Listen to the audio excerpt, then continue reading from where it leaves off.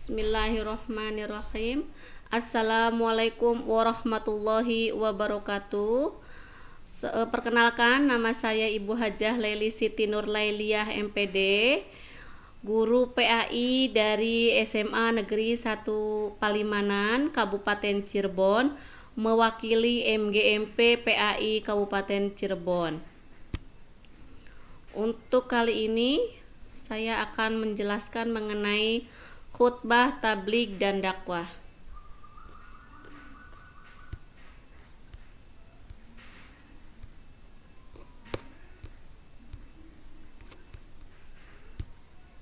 Untuk yang pertama ini pengertian khutbah.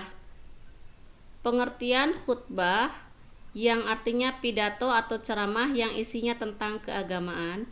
Khutbah yang disyariatkan Islam adalah khutbah Jumat, khutbah Idul Fitri, khutbah Idul Adha, khutbah sholat gerhana bulan atau khusuf, dan gerhana matahari atau kusuf, khutbah pada sholat saat kita minta hujan atau istisqa, khutbah nikah, khutbah di kala wukuf di Arafah atau haji. Khutbah salat 2 hari raya, istisqa, salat 2 gerhana pada dasarnya sama dengan melaksanakan khutbah Jumat. Yang kedua, pengertian tabligh artinya menyampaikan. Menurut istilah, tabligh adalah menyampaikan ajaran-ajaran Islam yang diterima dari Allah Subhanahu wa taala kepada umat manusia agar dijadikan pedoman hidup supaya memperoleh kebahagiaan di dunia dan akhirat. Orang yang bertabligh, orang yang melaksanakan tabligh ini yang laki-laki mubaligh, ya, yang perempuan mubalighah. Kemudian pengertian khutbah, tabligh, dan dakwah yang terakhir yaitu dakwah.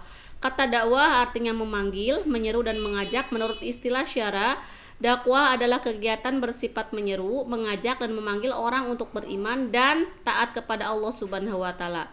Tentu akan meraih kesejahteraan di dunia dan akhirat. Amin ya robbal alamin. Kemudian selanjutnya ketentuan khutbah, tabligh, dan dakwah.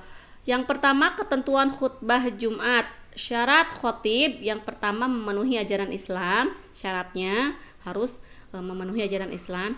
Yang kedua, mengetahui syarat, rukun, dan sunah-sunahnya. Kemudian dapat membaca hamdalah, syahadat, sholawat, dapat membaca Al-Quran, hadis dengan baik dan benar, sanggup, jelas, dan mudah dipahami ketika berbicara.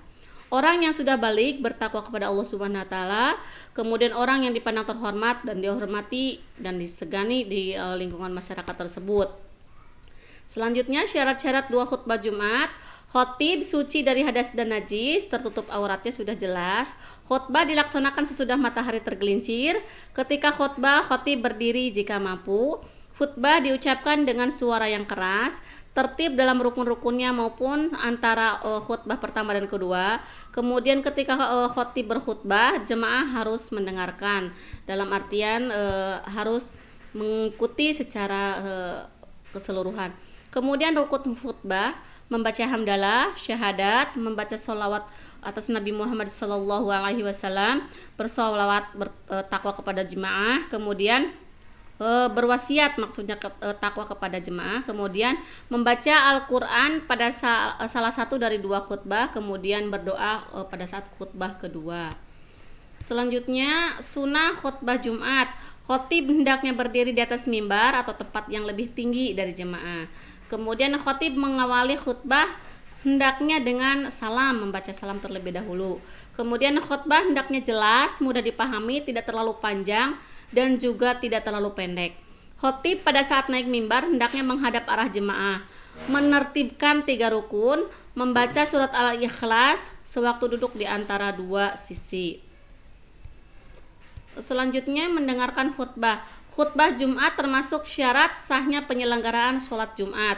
Ketika khotib Jumat menyampaikan khutbahnya, jemaah Jumat wajib mendengarkan dengan sebaik-baiknya. Dalam hal ini Rasulullah bersabda yang artinya, barang siapa yang berbicara pada hari Jumat di waktu imam berkhutbah, maka ia seperti keledai yang memikul kitab, sedangkan yang mengingatkan orang itu dengan diam, maka tidak sempurna Jumatnya. Makanya tidak boleh bercanda bergurau. Ketentuan khutbah, tabligh, dan dakwah. Ketentuan cara berdakwah Rasulullah yang harus dilaksanakan setiap muslim-muslimah dalam melaksanakan salah satu kewajibannya yaitu dakwah seperti tabligh atau dakwah hendaknya dimulai dari diri sendiri. Jadi dimulai dari dalam diri sendiri. Dalam bertabligh atau berdakwah hendaknya menggunakan pola kebijaksanaan yaitu berbicara kepada manusia menurut kadar kemampuan akal mereka. Kemudian dakwah dapat dilakukan di al-hal yaitu melebihi perbuatan baik yang diridhoi Allah Subhanahu wa taala agar diteladani oleh orang lain. Selanjutnya, dakwah ketentuan tabligh dan dakwah dapat dilaksanakan melalui ucapan lisan dan tulisan. Di antara beberapa metode yang digunakan, metode al-hikmah, metode al-mau'izah, dan muzadalah billati iya ahsan. Selanjutnya, waktu pelaksanaan khutbah yaitu pelaksanaannya sesudah tergelincir masuk waktu zuhur ya pada hari Jumat. Kemudian khotib Jumat dan juru dakwah atau dai. Khotib Jumat harus laki-laki, sedangkan juru dakwah selain laki-laki boleh juga perempuan. Jadi kalau semisal khotib itu harus laki-laki, kalau semisal dakwah boleh laki-laki, boleh perempuan.